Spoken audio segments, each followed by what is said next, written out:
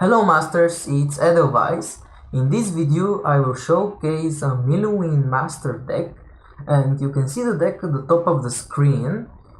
It might look strange because I only have 2 spells, however this deck is very strong and I will explain everything. Recently Milloween Master was updated and her perks and abilities were changed.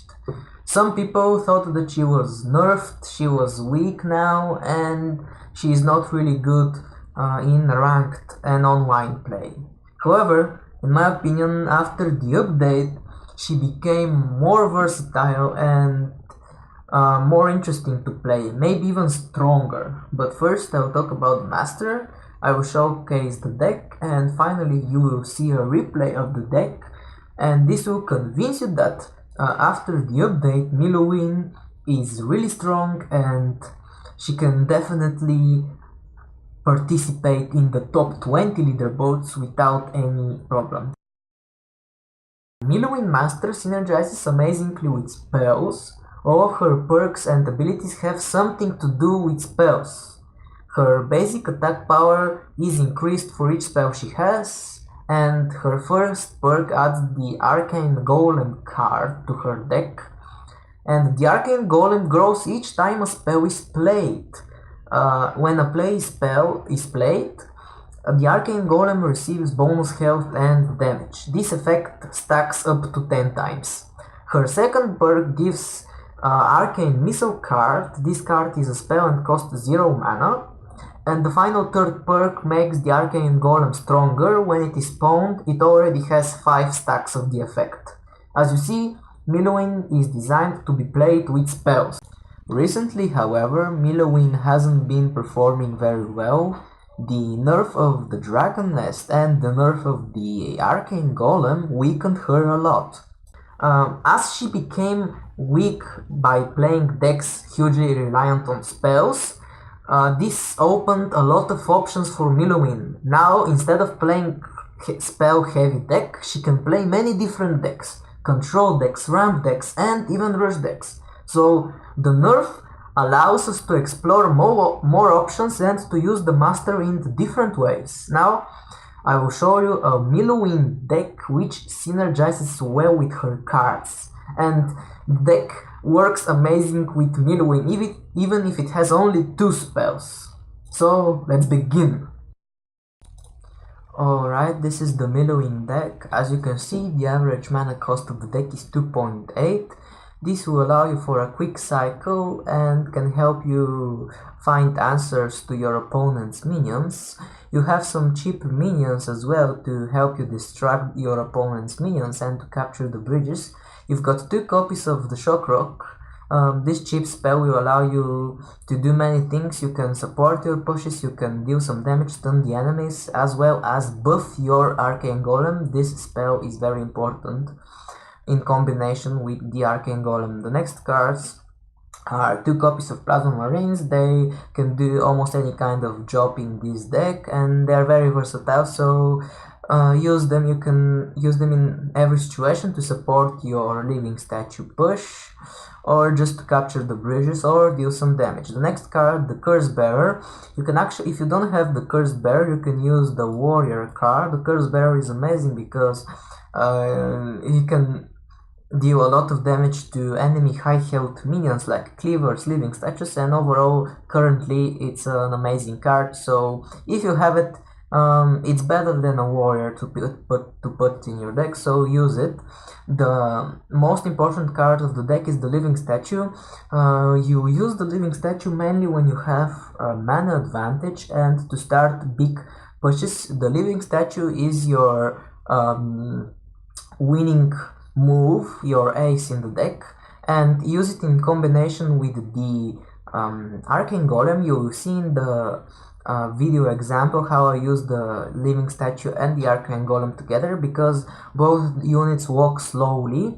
Usually when you play Plasma Marines, they go in front of the statue and die, but the Arcane Golem and the statue have the same movement speed, so the Arcane Golem will always stay behind the statue and support it, and the statue has a lot of health it will absorb most of the damage. So Living Statue is your winning move, so use it carefully and wisely. And the final card is called Sensitive Savage. Overall, I've put this card because I needed one more card to deal damage and to be able to defend myself successfully. Now, if you don't have the Scott Sensitive Savage, because this is a legendary card, you can always add a Cleaver or Legionaries, Warrior, Assassin, Prowler, or any other melee minion card which will deal a lot of damage and which can help you defend as well as start some small pushes. So overall, this is the deck. There's nothing difficult about the play style, and now you see the deck in action.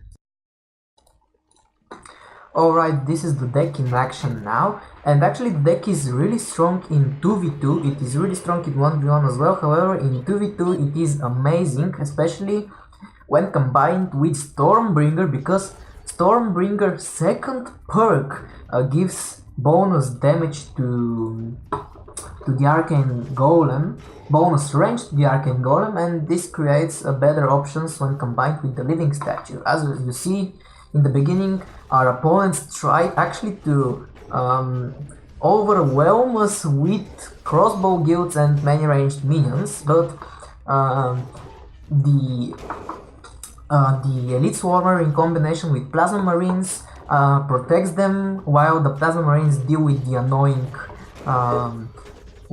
crossbow dudes. So it is a vital card to have, and as you see, the 2 Shock Rocks do their job. They can kill all of these cheap low health minions, and at the same time allow you to control the bridges and protect your other minions. So the 2 Shock Rocks are amazing. As I said, you can use a Dagger Throw instead of another Shock Rock. Now, why I use the Scott Sensitive Savage is because it has an amazing amount of damage per second, and as you see here, the Scott can easily take the statue and the Cleaver one-on-one. Look at this.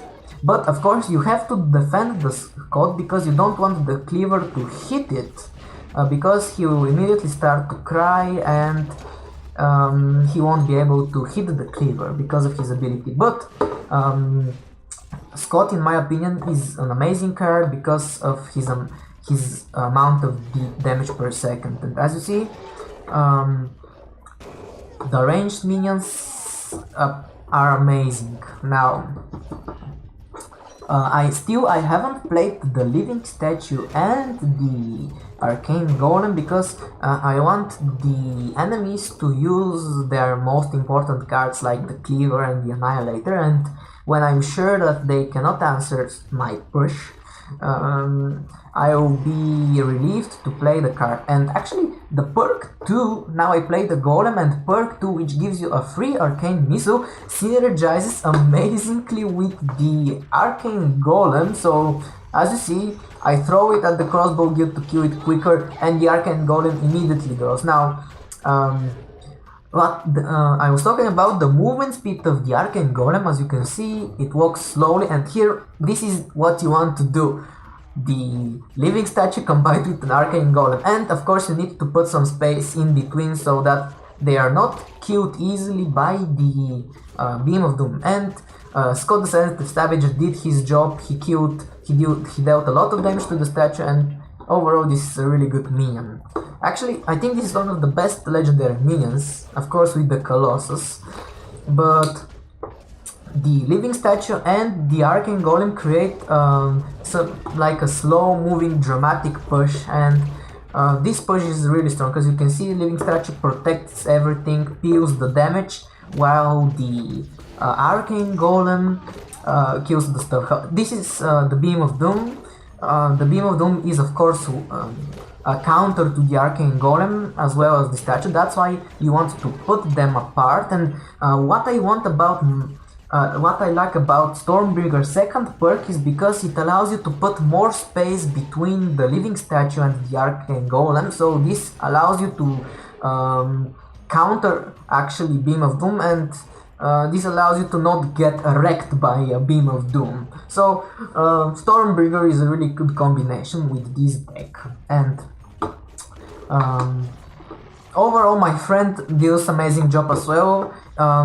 Play with a pre-mate, of course, because when playing against random people, this deck might be more difficult to use, but in 1v1 and in 2v2 with a pre-mate, this deck rocks. And here again we start a slow push. The statue is already half health and almost dead, but this doesn't matter because the Arcane Golem is coming and it gradually stacks. And actually this deck, the main aim of the deck is not to have many spells and to grow the Arcane Golem big, but rather to control the board and gradually grow the Arcane Golem.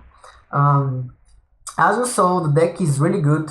Try different variations of it, try to experiment, and write in the comments if you like the deck or not, and if you have any suggestions. Other than that, one final thing I want to say is that the reason I don't use spells is because the Arcane Golem is weaker now, so I don't want to stack the Arcane Golem with a lot of spells like Enraged and Spirit Infusion, because it can die easily. So the easiest solution to this problem is just to play the Arcane Golem as a 3-mana ranged minion, and you can see that the Arcane Golem is essentially a drone walker, which is cheaper and stronger. So overall the card is really good, even if it is not that strong as it was before.